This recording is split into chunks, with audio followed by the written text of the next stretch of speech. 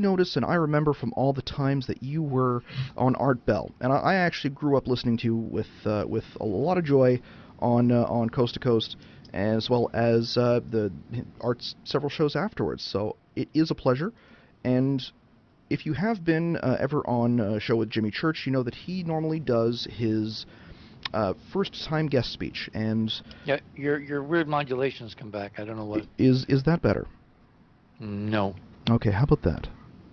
No, we're way down in the bass, and it's much too loud. Way down in the bass, much too loud. Okay, is that better? It's getting there. Back off on your amplification on the master, I think. Okay, and are we good on that side? A little more. Okay, a little more bass, a little less bass. Less. That's good. You got good midtones now. Oh, fantastic. This is actually quite strange because I was a former electronic music DJ, and turning up the bass is what we're used to doing. So this is a little different. So again, ladies and gentlemen, please do welcome Richard C. Hoagland onto the show. Richard, how have you been doing? It has been a while since I've caught one of your episodes, and there is a ton of new information I know that you've been getting over the last several months and several years since I've had an opportunity to either touch base with you or look into your work, whether it's been college, whether it's been family, but first and foremost, the most important thing for anybody out there who is new to the question whether aliens have visited our solar system from an earlier age. Richard C. Hoagland is the progenitor of this. He is, again, has been doing this since, I believe, the mid-'70s, according to your bio. Has worked with NASA, has conducted numerous expeditions, over the ocean to be able to. That's how you have to get to some of these places, over an ocean. And you are the progenitor of that main concept of discovering the lost artifacts and discovering those lost structures. Don't forget, I was science advisor to Walter Cronkite during the Apollo years. And you were a science advisor to Walter Cronkite during those years as well, yes. And Apollo being just past, and this being our Aliens Month. The 48th anniversary last weekend. 40th anniversary. I know that there are some listeners who may have questions as to whether that actually happened. Yes. And I actually, at least I know a lot of photographers as well as videographers, and every single one of them has told me, back then we didn't actually have the technology to fake it. It would have been easier to go to the moon than to actually fake the moon landing. Well, Stanley Kubrick said this. Yes. And Stanley Kubrick, of course, who was the genius producer, director of 2001: A Space Odyssey with my old friend Arthur Clarke, he said if they gave him an infinite amount of money, he could not have created the optical effects because he wanted to for 2001. And the state of the art, the technology simply was not there. And whoever said it was easier to do it than it was to fake it is absolutely right. Now, of course, these days, it's a totally different situation. I mean, if you watch some of the stuff that you can do on a Mac or on a laptop and put on YouTube, it's equivalent to Spielberg or what's his big special effects house up there in Marin County. So yeah, now it's so hard. That's why the whole ufology field, I think, is pointless, because you really cannot tell now if it's real or if it's Memorex. The digital CGI is so damn good that every photograph has to be suspect. Now, let me tell you the area of ET studies where that's not true. And that's in the NASA archive footage of the whole solar system looking for extraterrestrial ruins. Because if you see ruins on official NASA imagery that cannot be diddled with because it's in the NASA archive, so why would NASA be faking ruins on its own pictures? Then you know you've got source data you can trust, and that's why for decades I have pursued the extraterrestrial archaeology avenue as opposed to the ufology avenue, because UFOs, pun intended, don't stand still. And that's one of the most difficult things about being able to film a UFO. I have UFO researchers that are friends of mine who go out with multi $10,000 5 camera setups with Yep. with Yep. night vision, and they can catch very interesting, strange movements on camera. Yeah, And see, that's an interesting thing. But see, the middle of the curve, the great mass of people who have been raised on Star Wars and Star Trek and Alien, they're not moved by little points of light that do non-Newtonian things. You can spend from now till the cows come home showing this dot moving in an erratic fashion, and they have no reference, so they don't know how incredibly impossible that is. Therefore, it does not impress them. Therefore, it doesn't change the politics. even with the politics, the disclosure movement has shifted in ways the last couple of years. I'm like we had Stephen Thank good. Well, the idea of the rationalist side and attacking the problem from the political side as an activist to try and, at least if you're going to try and get disclosure, to get it from their way, to try and convince them in a logical fashion that, okay, this is why you should disclose, this is the benefits of you personally supporting disclosure. Or you can go the other route, which is to, again, communicate with those, try and communicate with those extraterrestrials in some manner or Mm. some way. Uh, and I've always found that the disclosure is not necessarily as important from that standpoint, because anybody who believes in UFOs, who has seen a UFO, they know that the UFO phenomena is something Yeah, to but wait, believe. wait, wait, wait. Chris, who's inside? You know, everything This is rests true. on who's piloting these vehicles. Where are they from? What is their agenda? The very idea of an extraterrestrial vehicle is kind of boring. It's like, getting excited about a 747 after you see the third one or the fourth one. But who's inside is everything, and that's the avenue of our research, which is we're looking at extraterrestrial archaeology. In some of the archaeology, I have stunning images on the surface of Mars taken by the Curiosity spacecraft showing absolute bona fide ancient rusting, corroding UFOs, i.e., flying saucers lying on the Martian deserts. No question, zero doubt. I do have interesting questions remaining about who used to fly them. And that raises this huge, discussion of who are we really talking about who's flitting around, abducting people, visiting us, giving us information, and setting us up for the big disclosure of who the hell the human race really is. There are a couple of theories that I've heard regarding that, and I may have even had an email exchange with you at one point, many years. I would say about 7 years ago, possibly more. And the idea of that humanity is not necessarily from the solar system has always been one particular Mm. part of discussion Well, that has not let really me been be looked at. more fine tuned. Hmm. When I originally wrote about all this, which was Monuments of Mars, a city on the edge of forever, it's now, I think it's in its fifth edition, and each edition we made it bigger because we stuffed more inside the blivet, including photographs. At some point, we decided, well, you got to go write another book, and that was Dark Mission. But in Monuments, I raised the idea pretty early in this research process, this thinking process, that if we were seeing stuff on Mars, given how inhospitable Mars is, it had to have been from someplace else. And the only two other places that made sense at that time, given our limited knowledge then, back in the 80s, 87 was when I wrote Monuments, Hmm. was that it either was a previously unacknowledged advanced civilization from Earth, human civilization that went to Mars, colonized, colony died, and we're looking at ruins of colonies, right? Or it was someone from outside the solar system who came to this solar system and colonized Mars, not Earth, because Mars was more like their home world, and without incredible adaptation modification, they couldn't live on Earth because of, well, primarily the gravity. Okay? Hmm. So as we fast forward the film now to 2017, and we look at the new data that we put together in this incredible new book, it's going to be called Hidden Mars: A War in Heaven, and I'm the lead author of 7, tetrahedral 7, of people with incredible ranging of backgrounds, diverse opinions, diverse expertise, Hmm. and they've all come to this conclusion: oh my God, there's stuff there, and it's our stuff.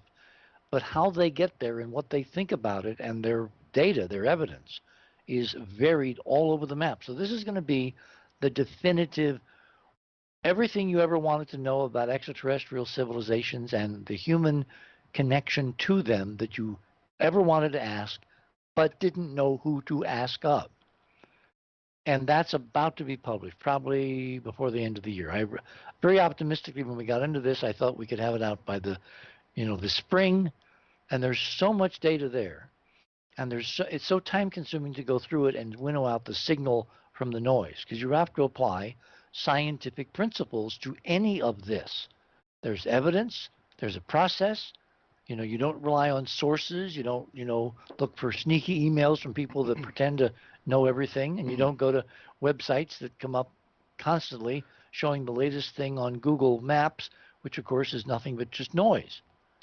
You have to go back to the original source data, which means NASA archives, either digital or hard copy. A lot of our data is hard copy, certainly of the moon, because we got in on the ground floor when no one else was doing this, and we could literally go to NASA at Goddard and have our associates go there and get hard copy negatives of original NASA data to be scanned and printed and magnified and enhanced and examined.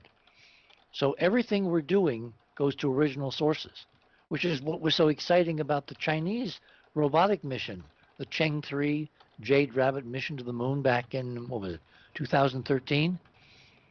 They send a probe to the moon, which has a little rover on it called Jade Rabbit, all part of the Chinese mythology about the goddess of the moon living in the moon and having a pet rabbit. And they land not where they announced they're going to land, but they land in a place called Mare Imbrium. Wonderful Latin name, meaning the ocean of storms. And they land suddenly without notice at 44 degrees north, 19.5 west. 19.5? Really? Are you serious, guys? Because, of course, if you follow our work, you know that 19.5 shows up again and again and again and again and again and again and again and again in the data, in the artifacts, in the physics, in everything we've been doing for the last 30-some years. So the Chinese land deliberately at 19.5 and 44 north. Why 44 north? Oh, let's see. They landed during the presidency of the 44th president of the United States. In other words, codes. So wrote a whole piece on the Enterprise mission. Just go look for it. I think the title is something like, what are the Chinese really up to, or whatever. Before the end of the show, I'll go to Enterprise and I'll look it up and I'll give you the exact title, because it kind of summarizes the end of a 30-year story where we start out with NASA imagery, Apollo imagery from the astronauts of structures on the moon, real structures, which of course is why the whole nonsense about we never went to the moon developed, because it was like trying to distract from the real data with a fake story. And I have in Dark Mission the story of how I was at JPL, working for CBS, watching NASA literally begin the very cover story at JPL that we never went to the moon. NASA is its own source for the we never went to the moon hoax. Why? To cover up what they really found, which was extraterrestrial ruins. Oh, and along the way, they also had to brainwash all the astronauts. And we also have data on that in Dark Mission. So, yeah, I've been at this quite a while, Chris, and I have come to the conclusion that long before Trump coined the term fake news, NASA was coming to us with fake science. Its real mission has been totally different from its pretend mission.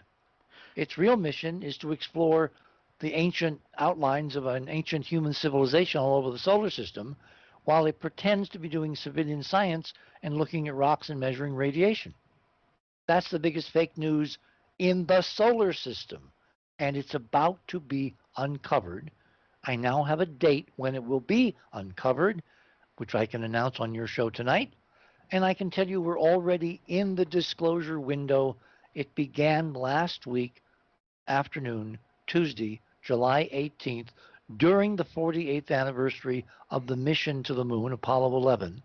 And it started at the House Committee on Science, Space, and Technology when the vice chairman of the committee, Congressman Dana Rohrabacher from the 48th District of Southern California, 48th Congressional District, which encompasses the famed Orange County, when Dana Rohrabacher looked at the face of 6 or 7 NASA representatives sitting in the witness table in front of him as part of the committee hearing, and he asked them, gentlemen, he says, I'm paraphrasing, I have one most important question. Has there ever been an ancient civilization on Mars? Disclosure has begun. I was very excited to be able to hear that with that announcement. And again, we haven't had much of an opportunity because of, well, my technical issue started last week, actually about the same time last week. And this is the extent that, if there's going to be a government cover-up, it's going to be the long game. I announced you on the show 4 weeks ago, 5 weeks ago. So they knew that you were coming on here. Big fat target. Thank you. And I know that you, as a man of science and a man of heavy research and somebody who appreciates the data and wants that truth to be able to come out, does have that big target on your back. So to be able to give you an idea, normally we try and plan the show out, and we do a basic outline. For the most part, it is a conversation as two friends meeting together, sitting down at a couch or wingback chairs. Imagine there's a nice fire, and we both have a nice 18-year-old Scotch in hand. That's the general idea that we have here on the show. And wherever we end up, we always part as friends. Or as I told Mike Barra last week, imagine that I'm your best friend's annoying younger brother, and I have to go with him because Mom said so, and wherever the conversation goes, I'm not getting dunked headfirst into the toilet. So either way you'd like to take that, it's much appreciated. But open-ended. If there's a subject you want to bring up, if there's language you want to use, we do not take sponsors here specifically, so that we can. Wait. I'm not going to do a Scaramucci on you. Oh no. What I am saying is that we do not restrict the subject matter on here. It is open-ended, and the anything that can happen mode is how we operate. So okay, well, it's nice. I kind of assumed that. Oh yes, that's the way any real journalism these days has to be pursued, and that's what we do on The Other Side of Midnight. Have you talked about my show?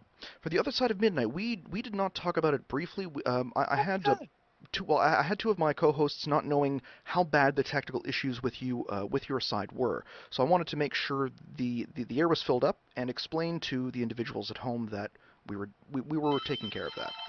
Oh, must be Belgab. Let me see who that is. Not a problem. No, it's California. Okay, I can actually get rid of that. I think I'll take the phone off the hook, and they don't know I'm in an interview, and so they're probably asking, "Are you going to do the interview?" They must have tried to tune in when you initially wanted to set this, which was for almost an hour ago. Originally, you had said it was Mountain Time at 10:30, and I said, okay, well, normally we start at 8:30. We would normally start at No, I said Mountain Time 8:30. Yeah, which is 10:30 my time. Oh, so you're not in Mountain? Okay. No, I'm in Eastern. I'm in Ottawa's nation capital in Canada. Ah, Toronto. No, Ottawa. It's about Ottawa. I'm sorry. 5-hour drive. Yes. You said Ottawa. Oh, don't worry. Everyone mixes it up all the time. It's See, I've never been to Ottawa. I have been to Toronto, and I have had dinner up in that Sky Needle, which was the most amazing experience aside from Seattle's Space Needle that one can have. So all you folks that are tourist junkies, go over to Toronto, have dinner up in the Needle, and you'll have a good time. It's actually a communications tower, I think. I believe it is also, yes. In addition to a very large tourist area, they even have a glass floor in one section so that you can actually stand at one of the tallest points. They've added that. Those are kind of becoming the rage. I know the Native Americans in the Havasupai Nation out in the Grand Canyon built a sky bridge out over the rim of the canyon, and the engineering to do that and have the floor with multiple layers of glass and people feeling safe as well as being safe. I mean, it's become a big rage. People love to stand over nothing now. I'm kind of intrigued with that. And that noise in the background will go away. That's the phone trying to quietly die as sun sets in the west. Anyway, so Chris, where were we? Well, we were talking about the other side of midnight, and I wanted. Yeah. Did you ever hear the background story of how I got into radio? I believe that it was briefly touched on, but I did not have the full story. I actually wanted to hear it from you directly. Okay. Well, 2 years ago, this July, well, actually, it was before July, but the actual formal beginning of the show was July 21st. But several months before, Art and I had a conversation, and he said, "Would you like your own show on the Dark Matter Network?" Which was the radio network that he owns with Keith Rowland. Hmm. And I said, "Well, let me tell George." And he got increasingly exasperated because I kept looking for the right moment to tell George, and the moment never arrived because George beat me to it and fired me from Coast one night in a very bizarre way. Totally, totally bizarre. Actually, given my history with the show, it was outrageous. It was Trumpian bizarre now that we have that new standard. And then Art and I talked, and I said, "Well, maybe I have to come over there sooner than we talked." And he says, "Okay, we're standing by, etc." So I went to Dark Matter, and we crafted a show that I would have, interviews and conversation following his show, which was called Midnight in the Desert. And I thought to myself, what can I call this thing? How can I? I'm not a talk show person. I'm not Art Bell. Why would people want to listen to stuff I would do for 2, 3 hours? And I thought about it long and hard. I thought about the logistics, because when you have a 5 night a week show, you basically can't do anything else. That's your life Yep. doing that, particularly if you're doing it at any level of professionalism. And for the first year, I did every single, Friday, Saturday, Sunday, Monday, that kind of thing, and it was killing. Oh, it was totally, because I couldn't do any research. Could not, look at a frame. Could not, I was constantly chasing guests. I was chasing good guests, not just mediocre people that want to be on, radio. I was chasing themes. I was looking at ways we could structure the program that would be kind of a foreshadowing of when we're in the disclosure phase, because our calculations said it was going to be 2017. And I kept saying to Art over and over again, "This is timed perfectly. This is absolutely, you're coming back again," because he's been away and come back quite a few times, right? And I said, "Well, this time you've actually picked the right time because this is it."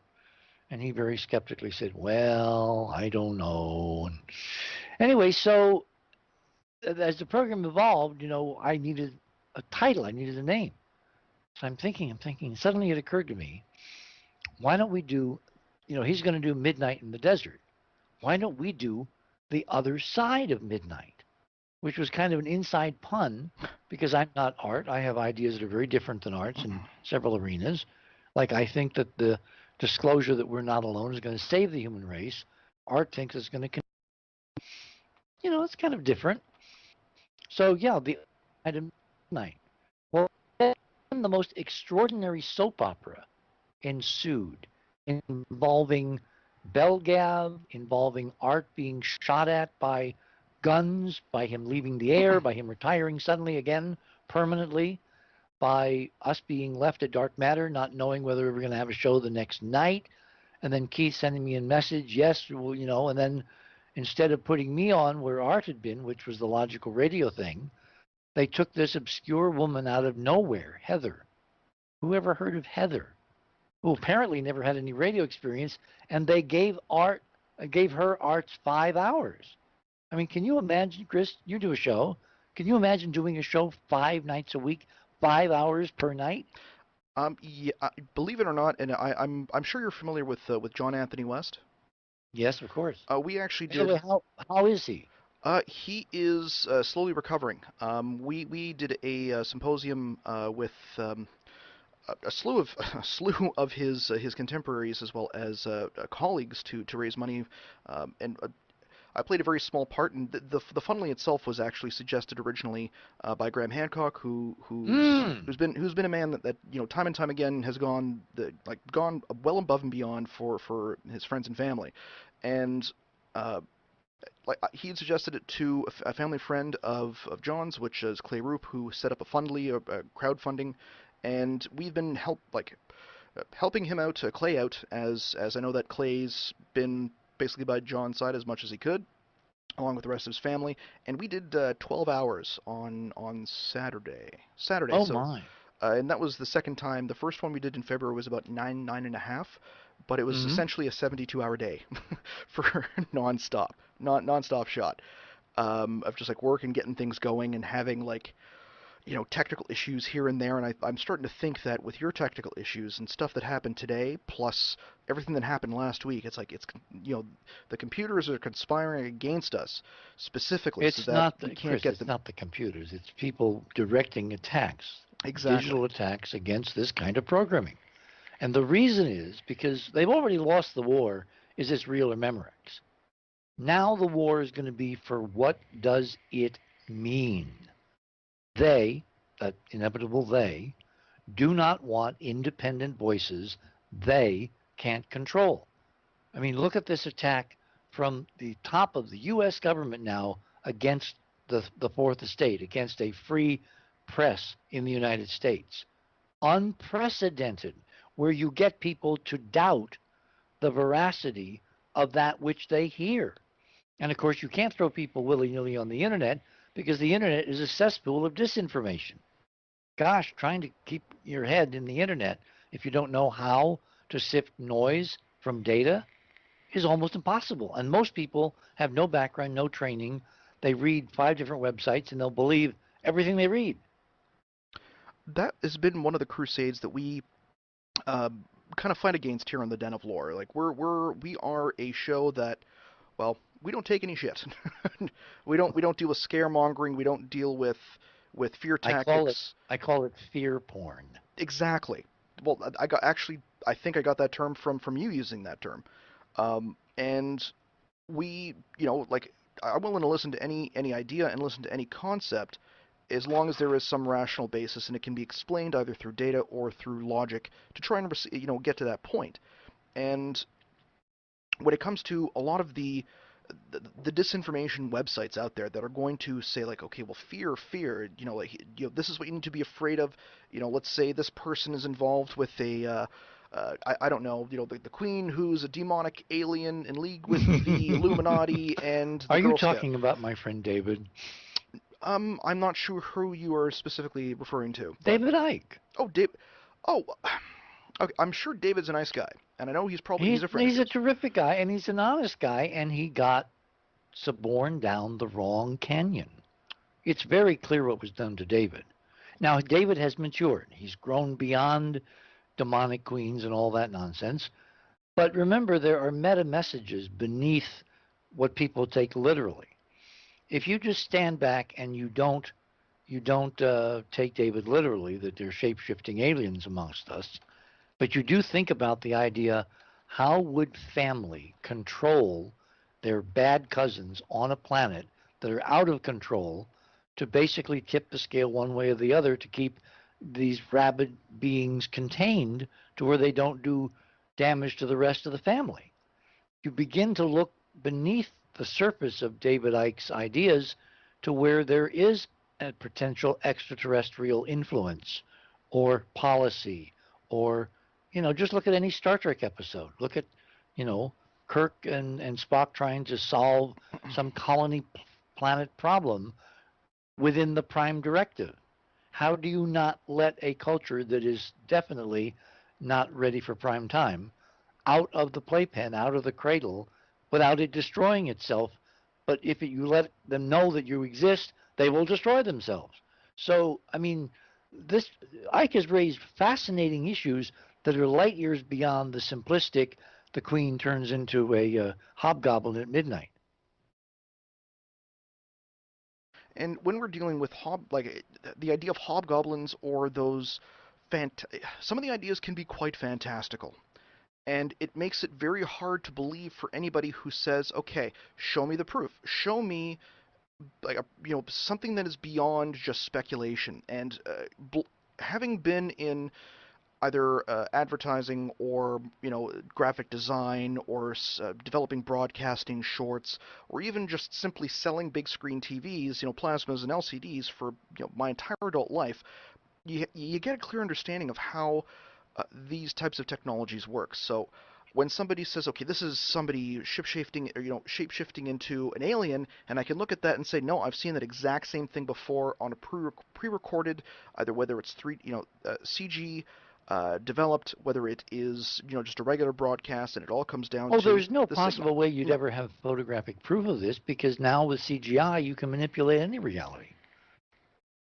And some of the other sites out there spreading disinformation will do that as well. And Of course. for people. It's called clicks for bucks. Yeah, basically. And we on the show, we don't do that. We are listener supported 100%, and we don't deal with sponsors specifically because the moment you take that money, the moment that they can control you and the message. And I don't want to. I want to make sure. I wouldn't say that. You have to pick your sponsors carefully. True enough. Like true. in the olden days of radio, which I do a lot of reminiscing, because remember, when you really technically look at my radio career, it spans half a century. The first show I did for Dark Matter was a 6-hour special on the Pluto flyby of New Horizons on the 15th of July of 2015, which was a week before we were actually scheduled to go on the air, following Art's first show, which was on the 20th, 21st. So on that special, I was able to find and play recordings done at the time 50 years earlier when I was 23. Someone's feverishly doing a calculation. I can hear the keys typing. And I was at the museum in Springfield, Massachusetts. I was curator of astronomy and space science. I was trying to influence NASA. Even then, I was a burr under the saddle blanket. That's a nice way of putting what I was.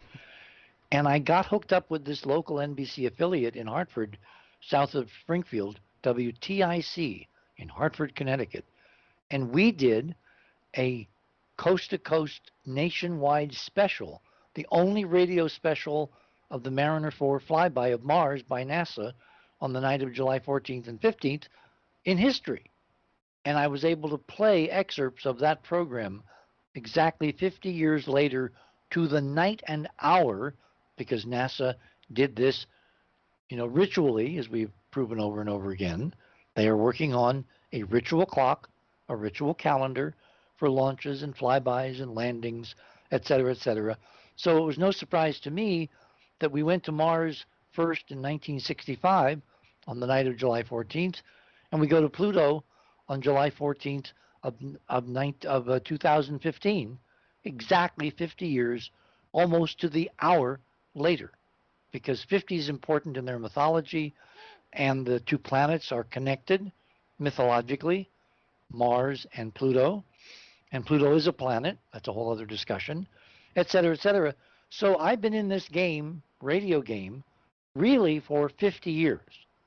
But 2 years ago, Art kind of conned me back into it, and I've been experimenting with a whole bunch of things, including we've kind of fashioned The Other Side of Midnight like the old Long John Nebel show out of WOR in New York, which was on 50 years ago when I was doing my stuff with Mars. And the Long John Nebel show had an incredible theme, which we have appropriated as the theme for The Other Side of Midnight. So if for no other reason, you might want to tune in.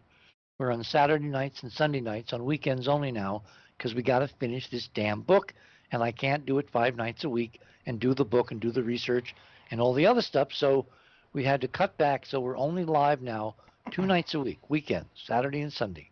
So if you want to hear what we're going to talk about and who we have and kind of an unusual perspective on everything that's going on, and believe there's a lot going on, not just in physics, not just in ufology, not just in EV affairs, but in politics, in science, in music, in film, in consciousness, in animal husbandry. We cover the waterfront, and we do it, twice on a weekend, Saturday and Sunday. The show begins at 9 o'clock Pacific and ends at midnight Pacific time. So set your calendars and clocks accordingly, and tune in. You can get us on TalkStream Live. You can get us On certain live affiliates around the country, KAYQ in Las Vegas, WXME in Maine, WBCQ up near the Canadian border. That's the shortwave broadcast, which is 50,000 watts all over the world broadcast. And of course, we're all over the internet. We're consistently, Chris, every night when we're up against George on the weekends, we're number 2. And when we were on during weekdays, we're number 2, which was interesting because he has 600 affiliates and we had like 2 or 3. And we were all, in fact, a couple of nights I beat him. I was number 1, and then he realized it, and they changed their affiliate program, and so we haven't been number 1 for like a year, 2 years, something like that. But we were briefly number 1, which demonstrates that people want to hear our brand of 1950s open-ended conversation about anything. And that's kind of what we do here, except for me... Which is why I'm on your show. And I much appreciate that. So let's get back, forget process now. I'm tired of process. Let's talk about something substantive. Okay, now like I want to know... disclosure. Okay, well, disclosure. And this is kind of the first thing And it's not just about UFOs and ET. Disclosure is everything. What we're talking I mean, you realize, Chris, this is the apocalypse. This is the classic Latin apocalypse, which did not mean disaster, except to certain people. Extreme change. It meant unveiling. It meant discovery. It meant truth. It meant epiphany. It meant, oh my God, so that's what's really been going on. We're in the middle of that right now. What if we talk more exotic technologies or secret space program? That's always been a big interest of mine. And mine too. I had a girlfriend many years ago. Should I say that? Many years ago. She's not listening, so I can say that. And when you meet people, you kind of their backstory and all that. And she was just this non-prepossessing kind of beautiful individual that didn't have a lot of friends. And when high school ended, she was magically invited to go to the graduation night party after graduation day. And because they were down near the southern Maryland shore, they did it on the beach. They had like a beach luau with bonfires and all that.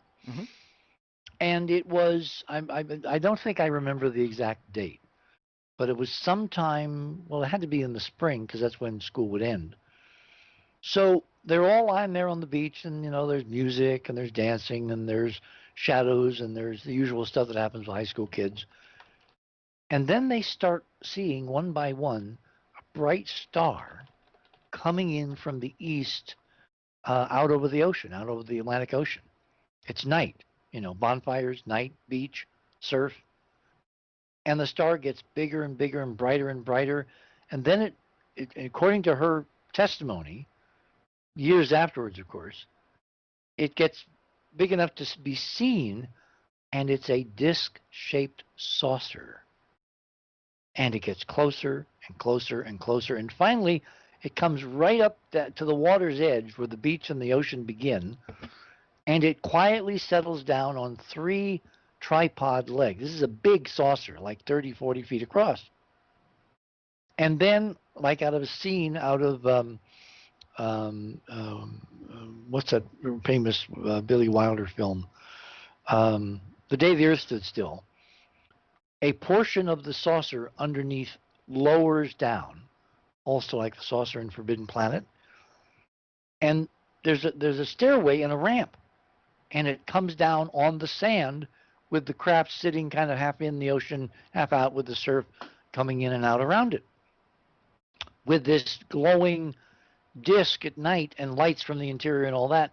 And then they see this shadow appear at the head of the stairs. And it slowly walks down the stairway. And she's telling me, and it looked human, and it was in a big white suit, like an astronaut suit, like an Apollo astronaut suit. And it was like, ding, ding, ding, ding, ding. Because obviously that was a couple of space jocks from the secret space program showing off to a whole bunch of kids on a beach at night because they're hot jocks and they think they're the best thing since sliced bread, and they couldn't avoid showing off. And then she said that the guy walk back up the ramp closed, ship takes off, and goes up into the night toward the moon. Cool. So to me, that was because there was no possible reason, A, she could lie, B, would have enough knowledge to be able to lie, and C, instead of having real aliens come out of the ship, she had a guy in an Apollo spacesuit. How non-imaginative is that? So in terms of ranking her as a witness, I thought it was, when I said, can we go and find some of the other kids? And, it was a long time ago, and people drift away, and it would have been a huge job.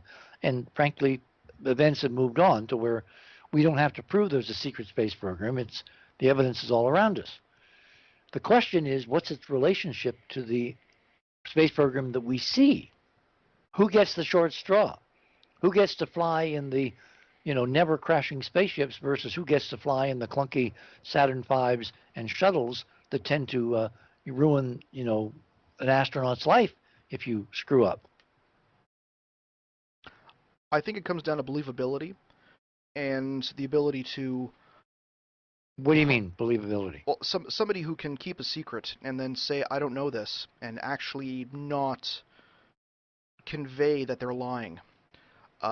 If I were somebody who, and I'm not, but if I were somebody... Are you talking about the astronaut corps, the guys that actually have to fly the clunky stuff as opposed to the cool stuff? Well, the cool stuff. Again, the cool stuff themselves, we're talking like groups like Solar Warden, for instance, which is a code name. Yeah, that's one code name. I've never believed that because, anyway, but code names can come and go. But the existence of a private space fleet, actually, I think there are two. I think there's ours, meaning humans on Earth, and it's got to be some kind of consortium involving all the major nations. It can't just be the U.S. For Putin wouldn't stand for it. Okay. And again, the geopolitics we see, if this model is correct, is totally fake. None of it's real. Kim Jong-un is threatening us with ballistic missiles because that's his job in the play, in the script, to be a diversion. So no one says, wait a minute, in the 21st century we have to worry about ballistic missiles? Of course not. We can screw with their inertial guidance systems and they'll never land where you want because hyperdimensional torsion field physics is real. It generates measurable waves. You can use those waves as a weapon to make any conventional Newtonian-based missile go off course and never get where it's supposed to. So, ergo, the threat is a fake. And this is what I've been trying to say, that with the world the way that it is, and if anybody tells me... Okay, the way we are being led to believe it is. The way that the world... Because I'm coming to the position, Chris, that everything we see out there is fake. Well, I'm talking about, the way that it is in terms of the big lie. It does not make any sense, and I can understand how people can see this differently. The big lie, or one of the big lies that is propagated, and a lot of it is fear, is that there is a depopulation, there's a depopulation program. It is a possibility there is one, but it doesn't make any sense for large corporations to be in cahoots with one another to kill off the base of their revenue. It does not make any sense for governments to cut off their tax revenue. If it just comes down to survival, then they could do that very easily with all the weapons that are available. To me, that isn't logical. Although, I can note that if there is such a thing, and I'm not saying that there is, I'm not saying that there isn't, but if there is, it would stand to reason to me that it is due to some outside force that could possibly say, okay, if we're going to go and take this planet's resources, again, I can't see that as a possibility because there are tons of resources out there in the solar system hanging around without 6 or 7 billion. Chris, it's even worse or better. Actually, it's much better than that. You've heard of the so-called Kardashev scale of interstellar civilizations, right? Type 1, Type 2, Type 3? Oh, yes. And that according to Sagan, we're about a 0.7. We're not even at the Type 1 level yet, which controls the energy of a planetary system, of its planet. Yes. What no one has factored in, and the Kardashev scale was based solely on energy, not on any other technological capabilities, just energy. Mm-hmm. What was never factored in is any hyperdimensional components. In other words, a Type 1 controls all the fossil fuels and natural gas and solar energy hitting one planet, right? Mm-hmm. A Type 2 civilization, like, you know, can create a Dyson sphere to harness the energy, Or a the swarm. solar energy of its entire star. And in other words, that was their thinking back in the 1960s. Very linear, very Newtonian physics, very non-hyperdimensional.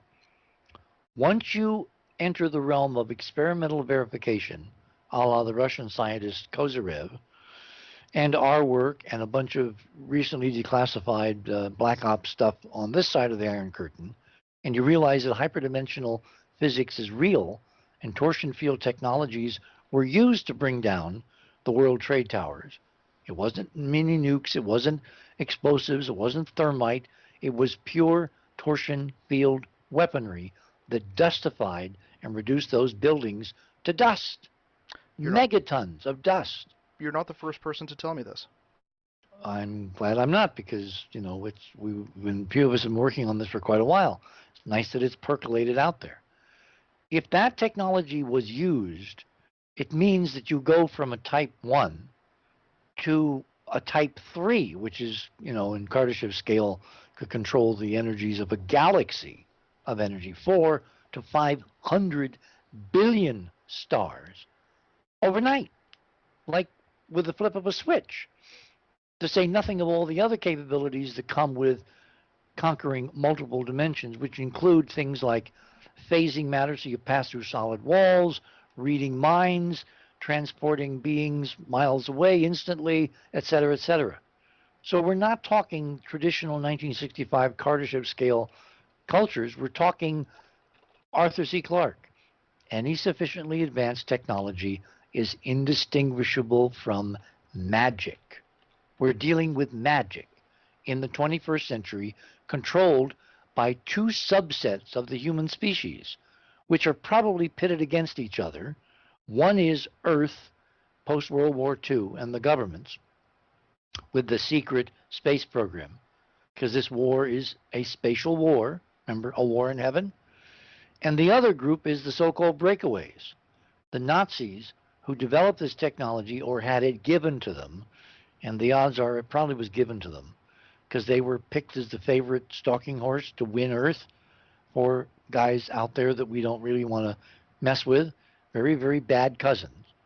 And so you have these two opposing camps. You have the real Earth technology pitted against the breakaway civilization technology for control not just of the Earth, but of the entire solar system, our entire history, our entire identity as who we are as humans, going all the way back to who came here originally, meddled in this nursery, changed everything around, and created the context so Homo sapiens could be born. I actually just had. It happens every now and again, but while you were saying that, I actually just had my studios start to fall apart. My soundproof walls have come undone. I want to know how this relates to Mars and the Moon. And I'm going to preface this with, and my mother is a very big fan. And truth be told, I said I was interviewing Richard C. Hoagland on the show tonight, and she looked at me and went, "What? Holy shit!" And my mother doesn't swear very much. Did your mother say that? Shame on her. Well, she may have, but she tends to react fairly well. And Mom, if you're out there, thank you very much for watching. You're awesome. Love you to death. And I'm not sure where she got the information from. And it's possible it was from one of the many books that she read that she made me read when I was 5. The idea of an ancient war in the solar system. And exactly. And there was, again, as we had mentioned, the possibility of whether there were aliens that were here, whether it was humans that were here a long time ago. Well, my model, and again, we're working through the data to verify the model, but my model is that there was an ancient war in heaven. It's in the Bible. It's listed as the war in heaven. Only problem is it's the wrong end of the book. It should be in the beginning, right after Genesis. Uh-huh. But it's put in the end in Revelation. So, And oh, that may be deliberate, or it may be just, it's hard to reconstruct history when it's long, long gone, and all you've got are, you know, oral legends to try to reconstruct who the hell you really are. But if that's true, then the question is, well, what happened before Genesis? If you read Genesis very carefully, there are two creations in Genesis.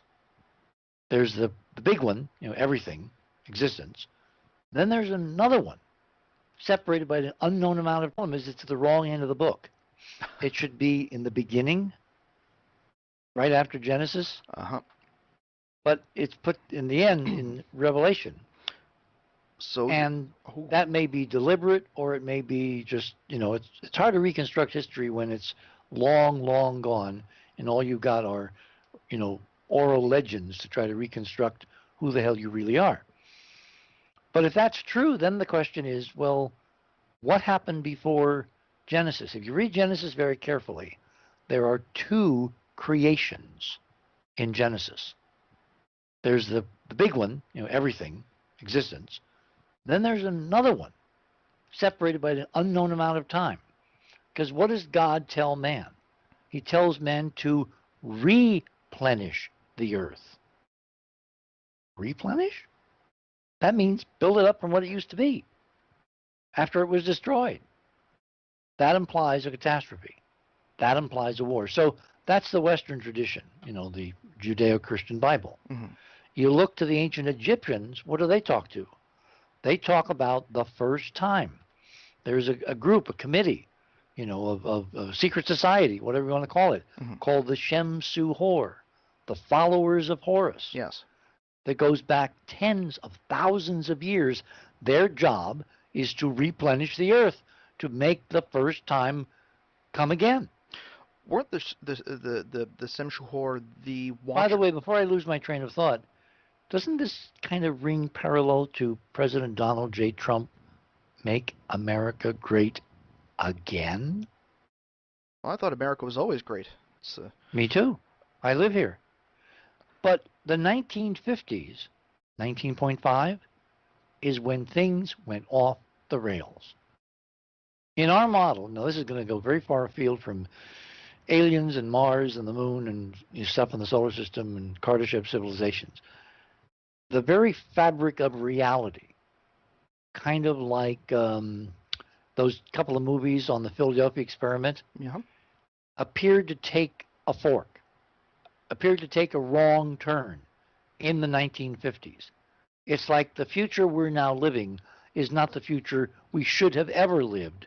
We're in the wrong future. We're in the wrong canyon. We're in the wrong stall. And maybe the art form is, how do we get back to the original timeline where this all works? Because it ain't working now. I mean, those that are forecasting catastrophe, they're absolutely right. If we don't change, if we don't have a game changer, if we don't do something radically different, as I felt for 30 years, the human race is doomed. And you see various authority figures pop up from time to time, like Stephen Hawking, talking about how unless we get off Earth, the human race has about another 100 years. So this is not original. We've got to get, as Joseph Farrell and I talk about all the time, we have to go from a closed system. In other words, we have to go from being an almost type 1, a wannabe type 1, to a type 2. And we have to do it overnight. And the art form is, can we do it without destroying ourselves in the process? Are we mature enough to handle the extraordinary, awesome power to literally recreate reality of a type 2 civilization, hyperdimensional torsion field, physics, and knowledge base? I think that if you were talking about going from a type 1 to a type 2 to a type 3, it would be very difficult to do that. The reason being, there are so many competing interests on the world right now. At least Well, wait. When you say competing, remember, what's the primary reason we compete on with each other on Earth? What's the biggest driver of competition? resources, obviously. Exactly. Torsion field hyperdimensional physics allows you to create matter from space. You can create any quantity of any matter in any form or color or variety that you want. Does this sound a bit familiar? It's the lead lines from Dr. Forbius in Forbidden Planet, which came out in 1956. I've got a whole decoding of Forbidden Planet, which basically is a message to the in crowd about this jump between a Type Not 1 and a Type 2 and all the responsibilities that go with it. Everybody should go out and see that movie again. So when I come out with this blog post or whatever, there'll be enough people out there who've seen the movie that they know what I'm talking about. But yeah, we're poised on the fulcrum, Chris, to everything we've ever wanted and imagined. And if there's an up, there's also a down. The down is that we're not adult enough to handle it, and we'll wind up using these technologies to basically snuff ourselves out like a candle. I happen to think we're made of sterner stuff. I think part of what's happening now politically is a test, however architected it is, however contrived, to see who the hell are Americans really. Are they going to be, forthright and stick with their principles, with their morals, with their knowledge base, with their maturity, with their ability to actually transcend pettiness? Or are they going to basically consign themselves to being fans following an idiot over the edge of the cliff? And so far, we're winning. So far, we here in the States have discovered there's more to us than we thought we were, and we're in. If this is a long game, we're in the eighth inning maybe, and we're winning because it turns out most of us are who we thought we were. Unfortunately, there's a lot of us that are not who we thought they were. I respect the fact that the ability to wonder and the ability to dream and work very hard for a future has always been an indicative part of American culture and American psyche. Unfortunately, well, we are the frontier civilization. Yes, we are yes. the place that invents the future. And California, farthest west, is the place that invents the future the best. So we're the first culture on the planet in modern times dedicated to the concept of change. For most of history, for most of time, change has been threatening to people. Why? Because if you were on top, the only change was you went down to the bottom. If you were on the bottom, there was no change. So change was threatening. But we have embraced change. And now someone's trying to turn us backwards as opposed to forward. I mean, this whole transgender nonsense came out of the blue, I think, is another deliberate test. We are being tested at every level. And then the question is it all a grand deception to keep us from looking at the real change which is coming at Warp 9, which is the confrontation of the body politic with the reality that we are not alone, we are part of something so much grander, and we have an awful lot to live up to and to get over before we can join a community of interplanetary civilization a la Star Trek and the Federation. And this is the whole idea of the Prime Directive as a Yes. concept with civilizations. The idea that we as a species is not mature enough to be able to we can't get along with ourselves, even within our own countries, to be able to go out there and not stir up so much shit that we would have to be put down as a species. We are warlike, we are argumentative, we dream big, we fight harder, and if we're going to go to the moon, we're going to go to the moon. But Chris, the question then is, if push comes to shove, is that really us? Or is that a minority who have seized control and power, and the body politic of the planet is in fact not like that? I would say that if you turn off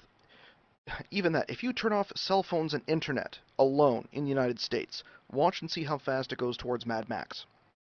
Well, yeah, because we're totally dependent. Exactly. But see, in any culture, that's going to happen. Any culture. Mm-hmm. Because survival becomes number one. But if you guarantee survival, I mean, I'm watching interesting political things going on. I had a friend of mine, Dr. Joseph Bookman, the other night. He's running for Congress in the 3rd District in Utah. He's actually running on an extraterrestrial disclosure platform. His economics are there should be a guaranteed national income. He's a libertarian, and he wants a guaranteed national income because essentially, he and I agree than the last 10,000 years, the resource base and the knowledge base and the information base has so expanded, not because of individual, can work any harder now than they could 10,000 years ago, but because of technology and science. So what you're doing is you're basically taxing productivity as opposed to people. You're taxing technology as opposed to human beings. And then you're dividing that among those that need a base, because no human can be human without a guaranteed base. That's what the whole healthcare debate on this country, going now into its 20th hour, I think, in Washington is all about.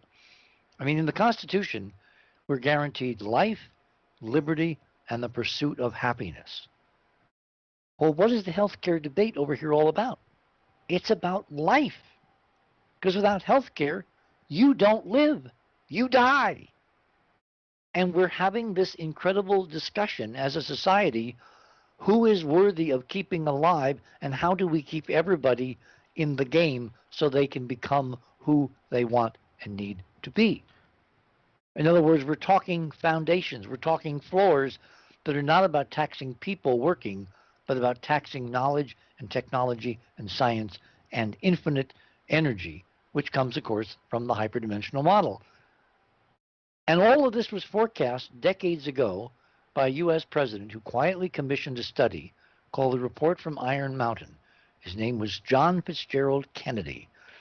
And on the 26th of October of this year in Washington, Chris, the Kennedy assassination papers, everything the intelligence agencies, everything the Supreme Court, everything the Congress, everything the Johnson White House, everything the FBI, everything assembled about who was behind Kennedy's assassination and who all the players were, by law, must be made public unless the sitting president, in this case Donald J. Trump, stands in the doorway and says no. And with that dump of data, huge documents, official source documents going back 50 years, we're going to find out a lot more about why Kennedy was really killed, which, if you read Dark Mission, I say was because of this.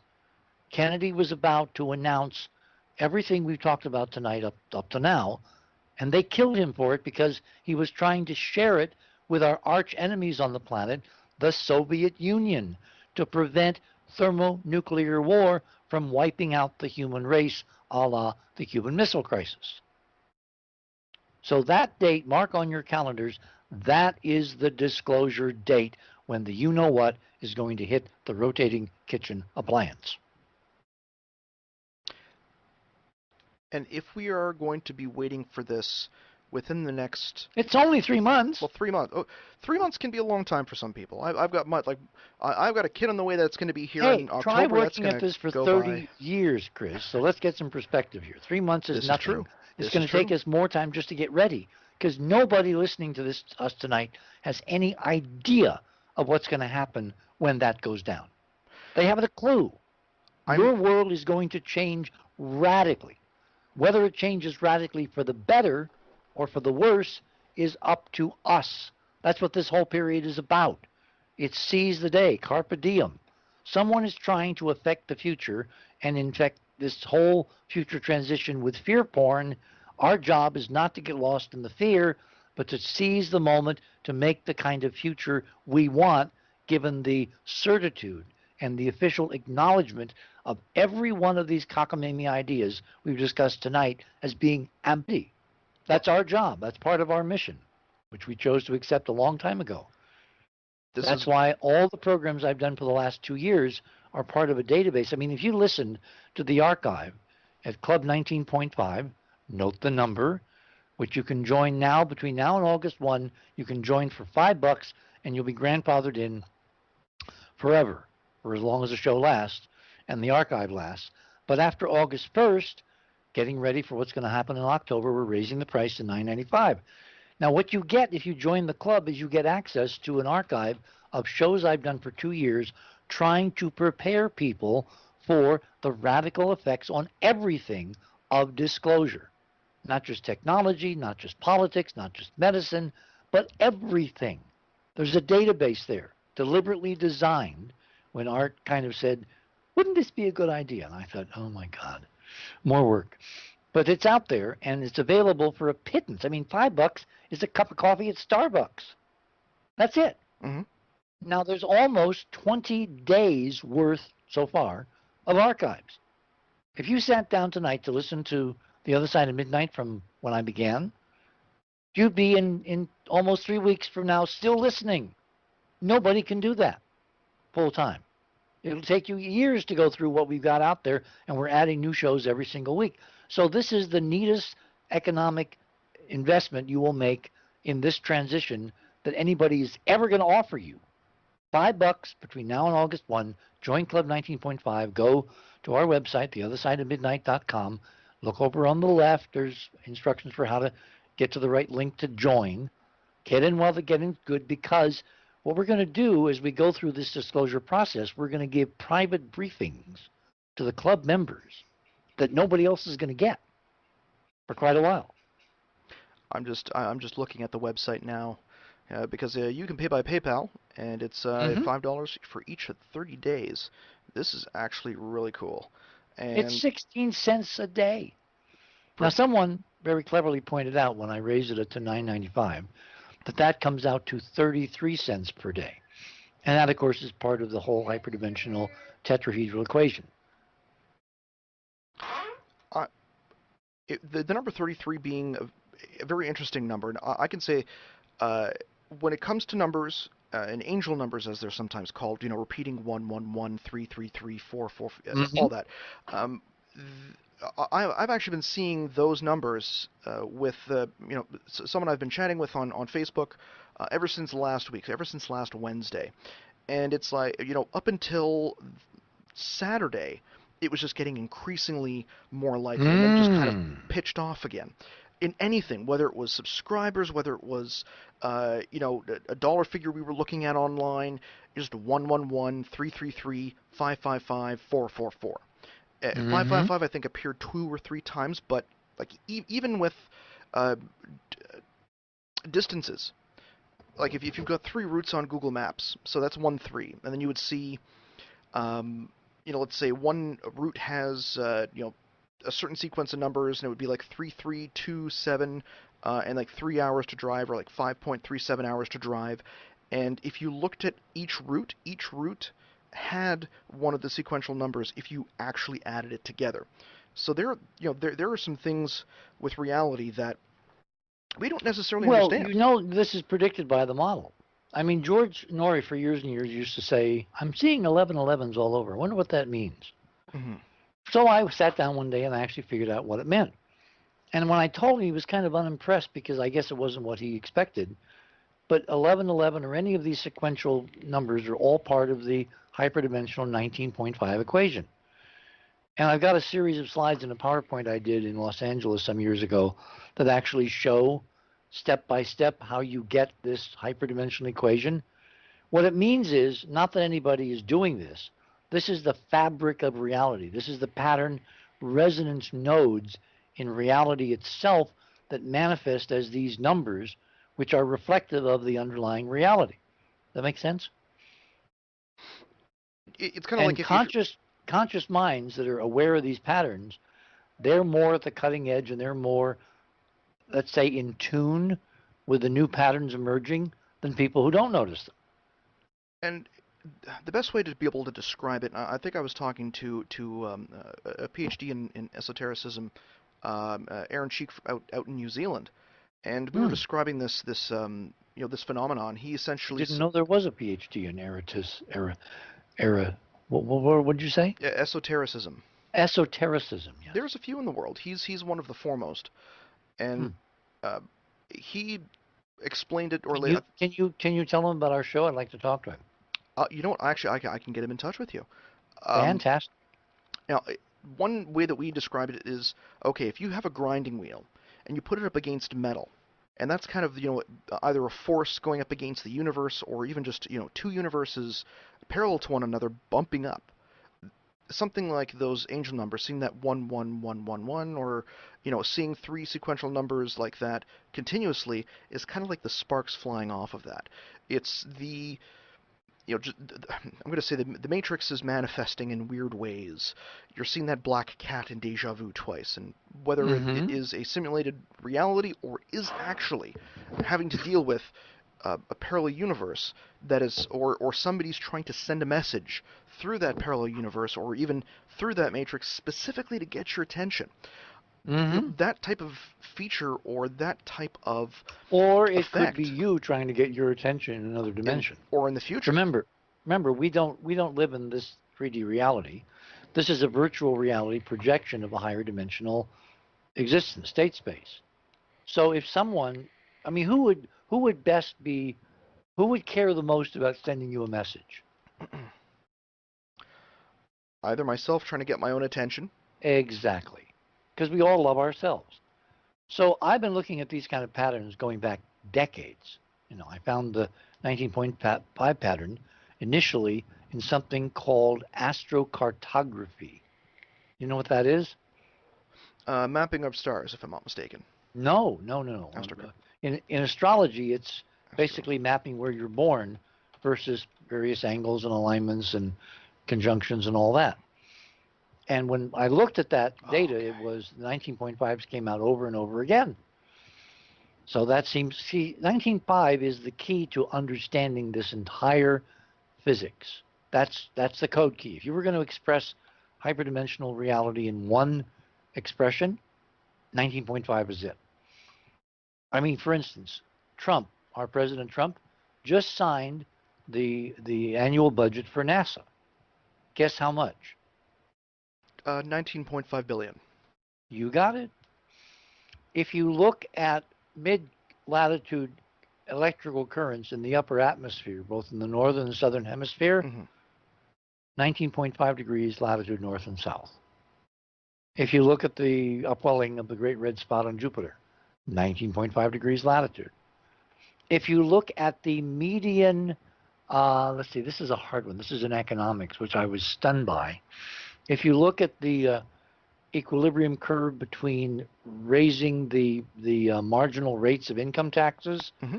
and the number of wealthy billions of people, the denominator turns out 19.5. So it's everywhere. If you take a satellite photograph of a boat going across a lake and you see the bow wave, that angle to the boat, 19.5 degrees. So this is a fundamental concept of the resonances of the hyperdimensional reality in which our 3D reality is based. Now, I know people like Musk and others have talked about, are we living in a artificially created virtual computer program, a computer simulation, right? Yes, You've heard that. I have. Yes. Okay.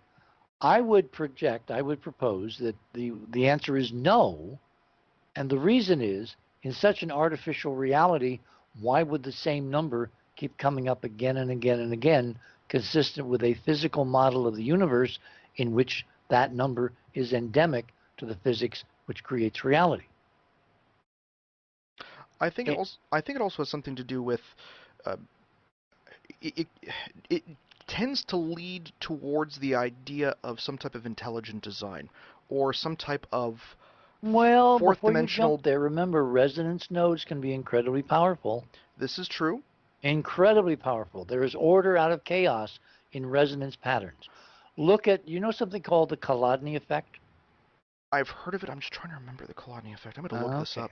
Colonia. See, right now we should have that music. Dum dum dum dum dum dum dum dum dum dum dum dum dum dum dum dum dum dum.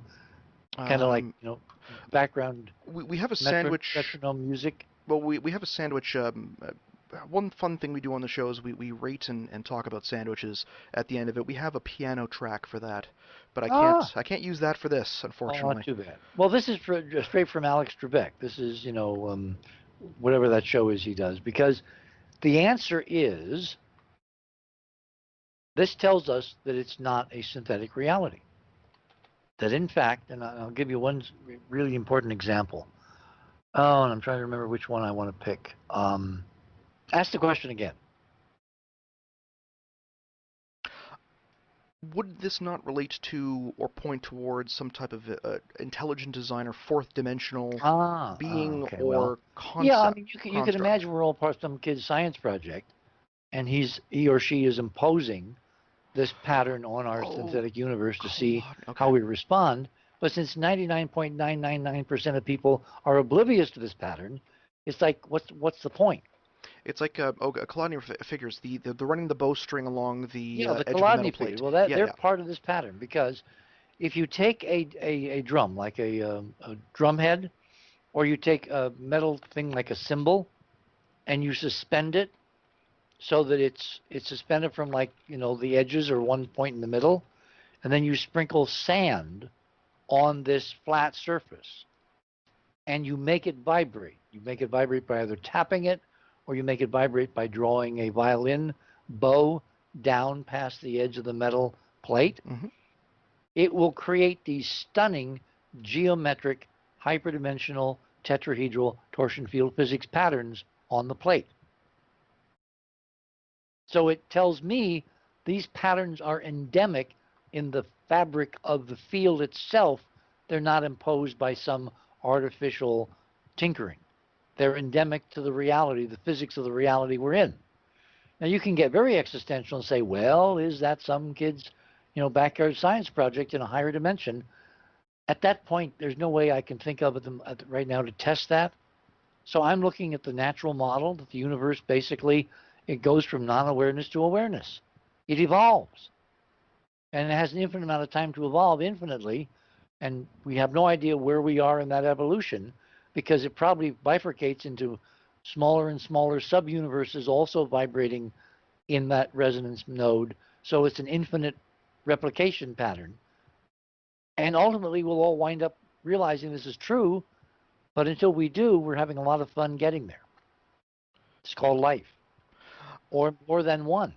I'm looking at some of these videos and I'm broadcasting it out to the audience, and the patterns are well. The music, first of all, is quite freaky. It Hmm. very very haunting, and then you And when you have change the music, when you change the resonance frequencies, the pattern changes instantly. how does this relate to using sound to lift or levitate objects? Not really.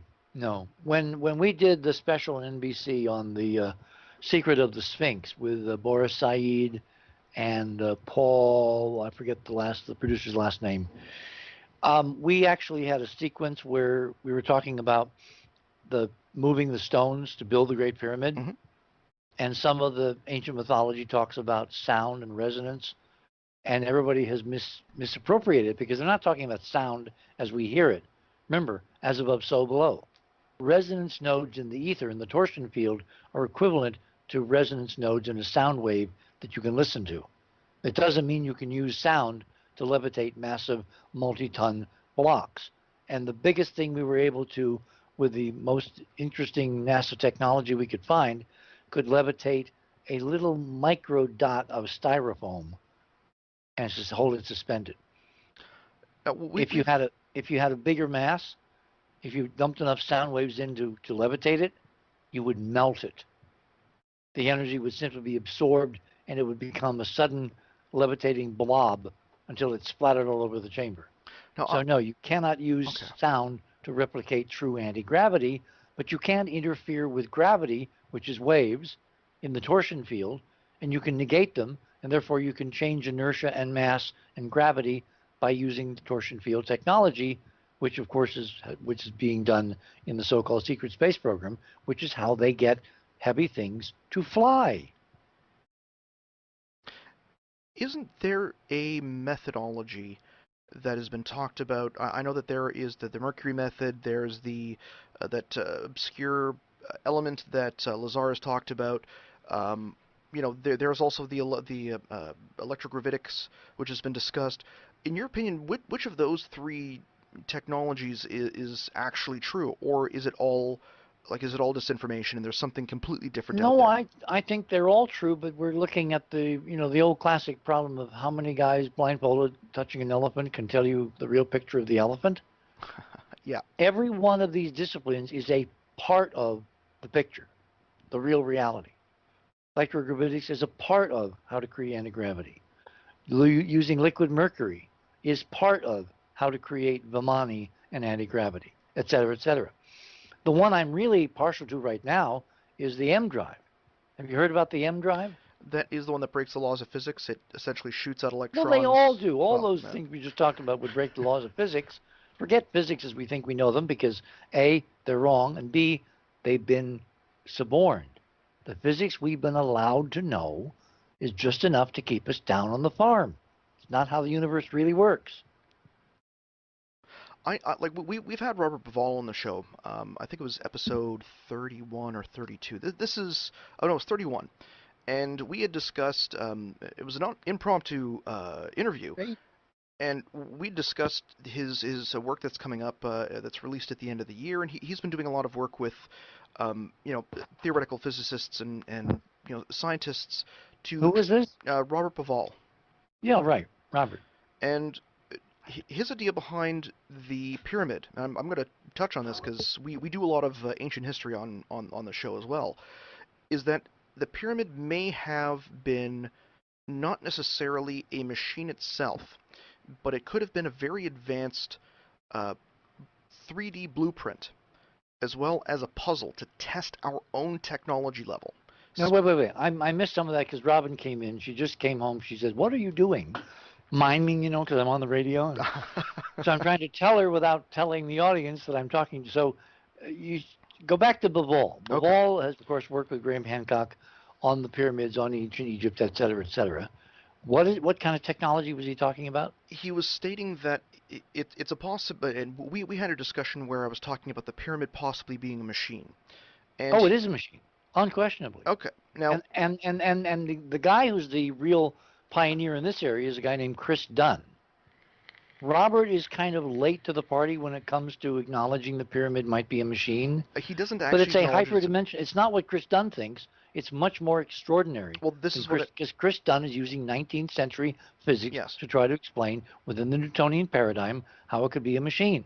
Well, he's not necessarily saying it's a machine. I had said that it Who could is? Who isn't? Bivol is not saying it's a machine. I had suggested that. He said it's possible that it's a 3D blueprint of to test our technology, so that when we actually get to a point where we can fully understand what the building is, that then we can use it to build a machine ourselves from it. It does encode principles. Yes, very much so. But my take, and along with Stan Tenen, who you should talk to, for years and years we've talked about how it's an actual machine. It just isn't a blueprint. It really works. All you have to do is make copies of it and understand the physics under which it works. And that brings us, you like the segue? Back to the M drive. Nice. Good. Very good. What does a pyramid look like? Think of a pyramid in your mind. What do you see? Describe a pyramid. 4 sides, flat base, or 1/2 of a square. Basically a square, a cube. If you take a cube, and instead of sticking it face down, you kind of turn it on a corner, and you push that into the ground. So like you're taking a cube and slicing it diagonally in half.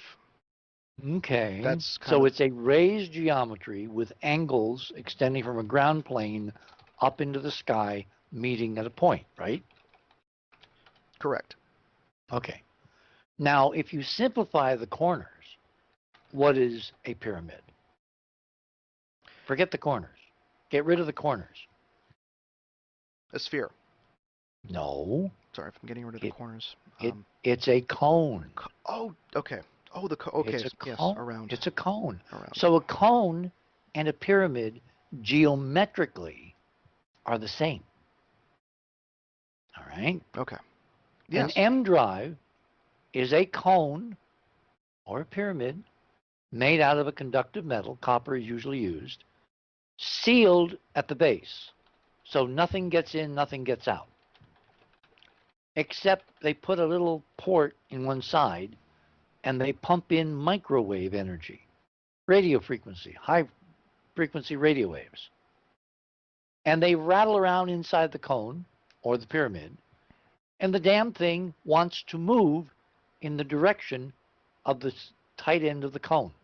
Not the big end, not the flat end, but the pointy end, with nothing coming out. It just wants to move. And it's proportional to the energy of the microwaves you pump in. Pump in 2 kilowatts, you get X number of centimeters per second acceleration. You pump in 10 times that kilowatts, you get 10 times the acceleration. And it's impossible, except it works on the principle of hyperdimensional torsion field physics, meaning it's grabbing onto the torsion field outside the cone and moving along that way because it creates resonance waves in the torsion field. There's a conversion of the microwaves in the cone because of the geometry into exterior forces on the field that surrounds us, the ether, i.e. the torsion field. It's like pulling yourself up by your bootstraps. And it has been replicated now by 2 separate groups, an official NASA group called the Eagle Works, they're in Houston, and published in a peer-reviewed paper. It's also been replicated by a friend of the other side of midnight and the Enterprise mission, a guy named Dave Disler, in his garage in Ohio, in Cleveland, Ohio.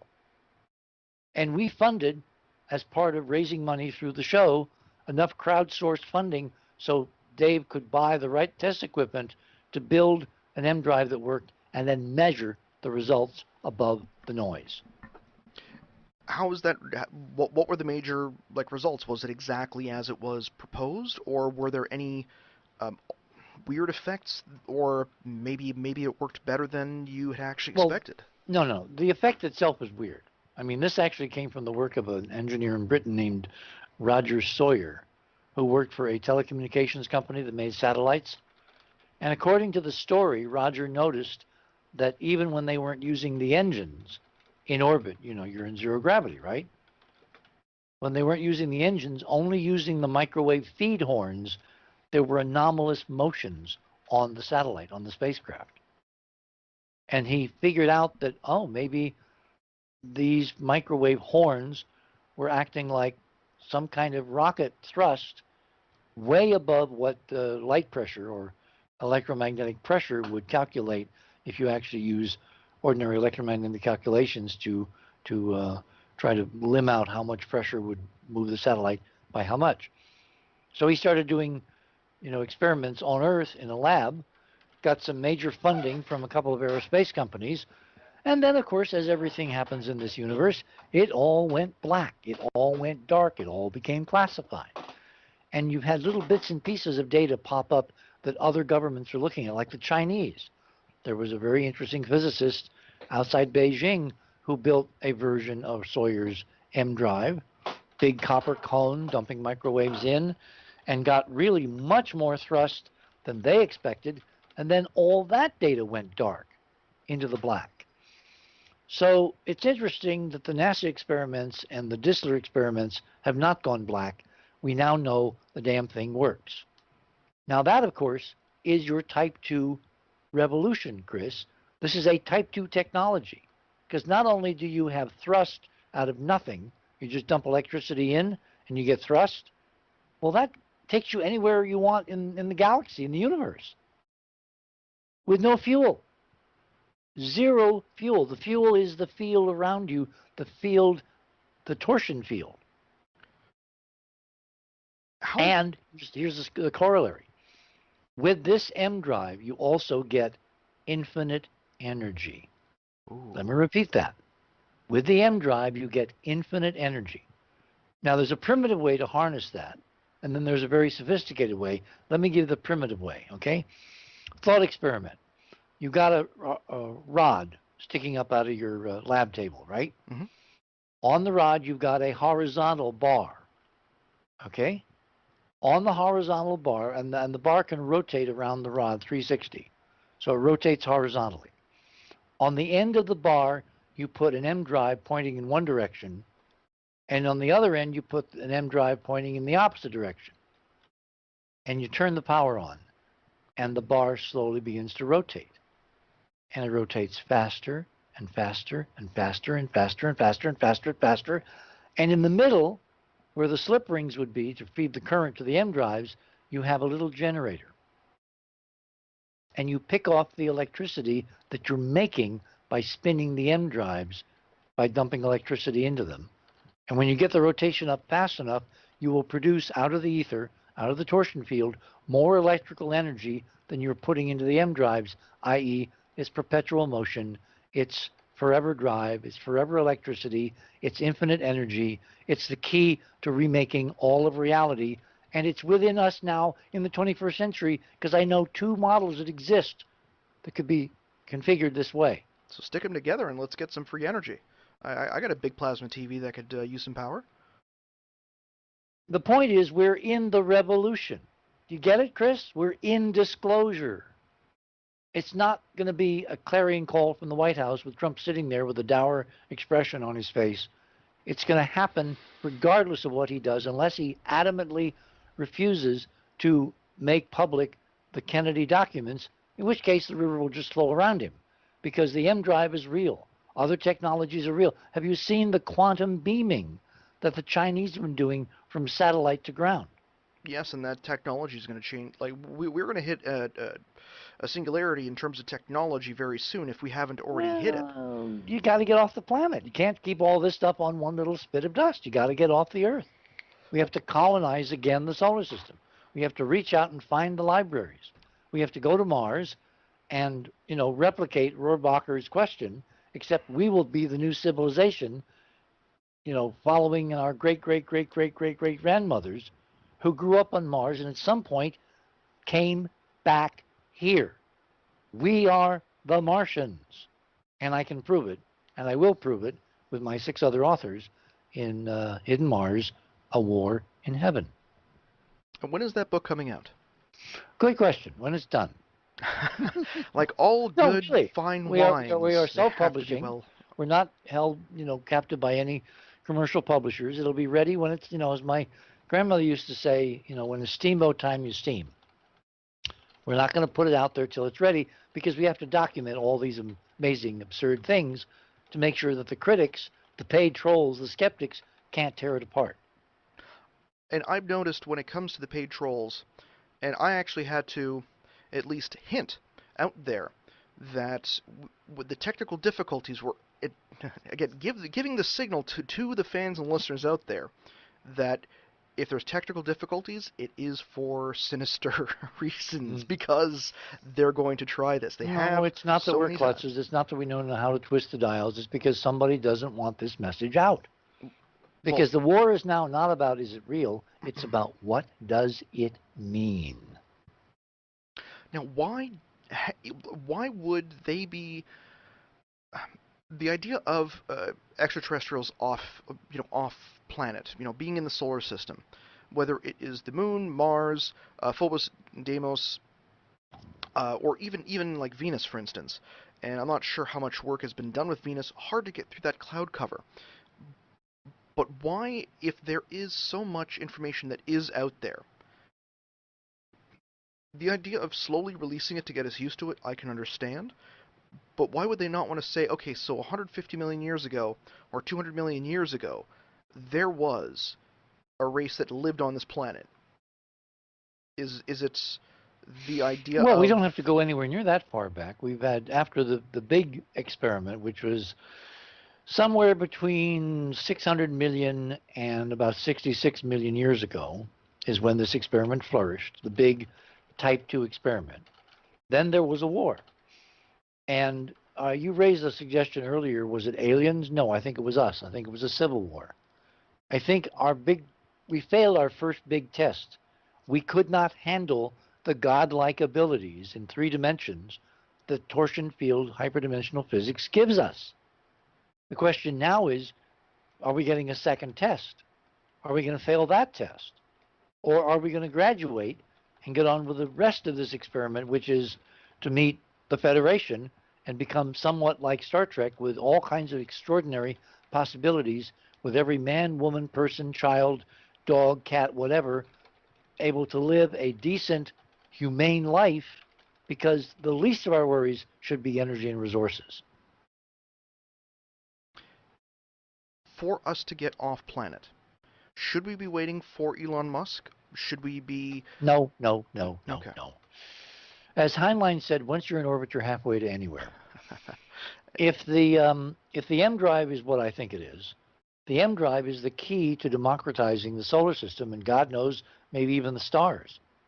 We don't know the limits because no one's really built, you know, the right drive mechanism to test the parameters. But I was on the show the other night, and I was doing an interview with the folks that want to put up the first UFO detection satellite, and we got talking, as we do on our show, and I kind of limbed out the M drive, and they said, "Oh my God, can we get one of those in our satellite?" And the satellite costs only as much as a Ferrari. They have crowdsourced an entire spacecraft assembly, launch, and data communications for as long as it lives in low Earth orbit, which will be a few months. Can you imagine if we could take Dissler's space drive, a miniature version, put it in their satellite, turn on the switch, and have that little spacecraft leave orbit, go to the moon, fly by Mars without rockets? Look, Ma, no rockets. That's the revolution we can literally do by crowdfunding something trivial as a Ferrari. You know how much a Ferrari costs? A lot. No, Well, no, nothing. well, 200,000. Well, it all depends on. But we're I guess talking being in a space game for a few 100,000 compared to billions. this is true. 19.5 billion. If you're looking at it from that standpoint, I can understand. It's democratizable. We each can have our own space program, or what we really want to do is to collaborate, join a community doing meaningful things that will open the space frontier, so we can go and homestead Mars in our lifetime if we want to. And no, it's not Musk's route. You know, rockets are not the way to do this. What Musk can do is to give us a reasonably priced launch to take the M drive from Earth to Earth orbit, so we test it in orbit, and you can't fake what's going on in orbit in 0G. In other words, if it leaves, or if you build it so that you have two M drives on both sides of a rotating, hat box, and it spins it up to incredible velocities, spinning, you damn well know the energy to come from is not coming from any conventional rocket. It must be coming from the M drive working against the laws of Newton. Oh my God, we're shattering the laws of physics. No, we're learning the real laws from the fake ones we've been living under for the last several centuries.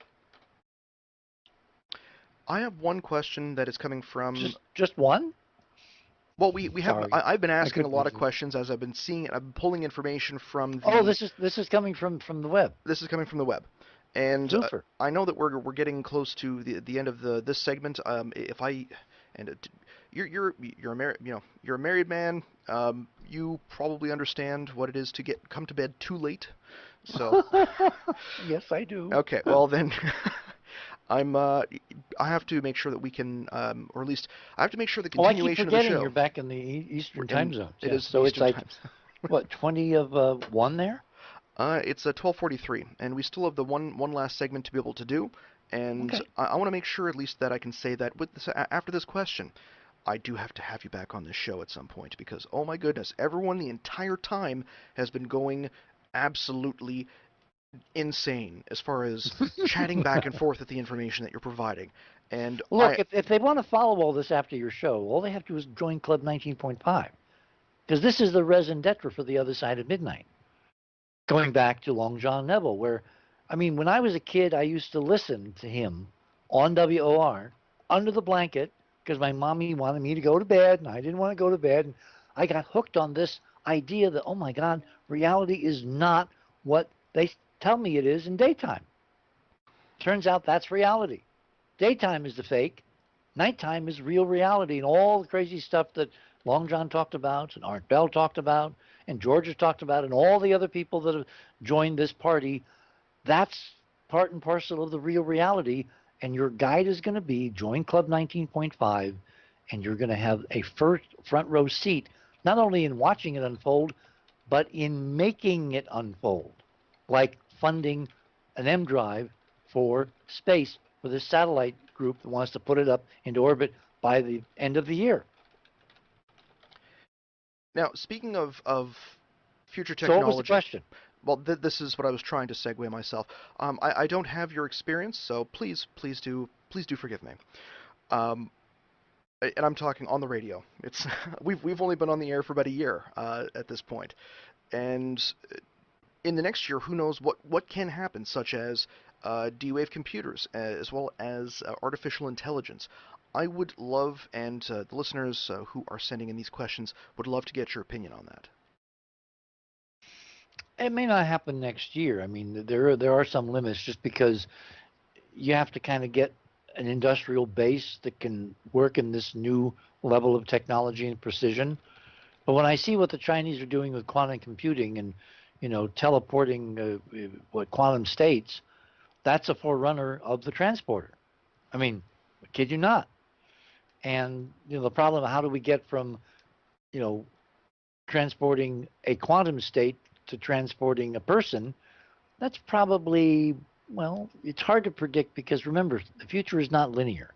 The future is asymptotic, meaning the curve doesn't go twice as far out and twice as far up. It goes up like a lovelorn rocket, almost vertically, very quickly. So the idea of things that are in certain eras, it's kind of meaningless to talk about how many thousands of years an ET civilization would be ahead of us, because we could be there tomorrow, depending upon the rate at which inventive, creative people are supported to take their crazy ideas and make them real. And at the moment, it's at the boundaries. But as soon as we acknowledge that we're not alone, that we have this incredible history, that we're surrounded by artifacts of an ancient culture which is ours, actually many cultures, the lid on thinking and allocating resources to going and scavenging that technology and figuring out how it works and putting it to use for 7 billion people on this planet who basically are going to die unless they get a tremendous infusion of resources soon. That's going to be the driver, which means that all bets as to how long or how short this is going to take are kind of off. So I wouldn't say next year, but 5 years? 5 years to me, we could be living in the most amazing future. Go watch a movie called Tomorrowland. All right? Yep, I've watched it. Done by George. I've watched it 2 or 3 times. The more you watch it, the more there is there to watch. It's with George, what's his name? George Clooney. George Clooney. Yep. Very important movie. And it comes to cable over and over in a kind of repeating cycle pattern.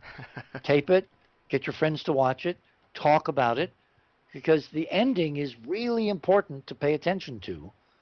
It's about keeping us down on the farm versus letting us go and become whatever we can become.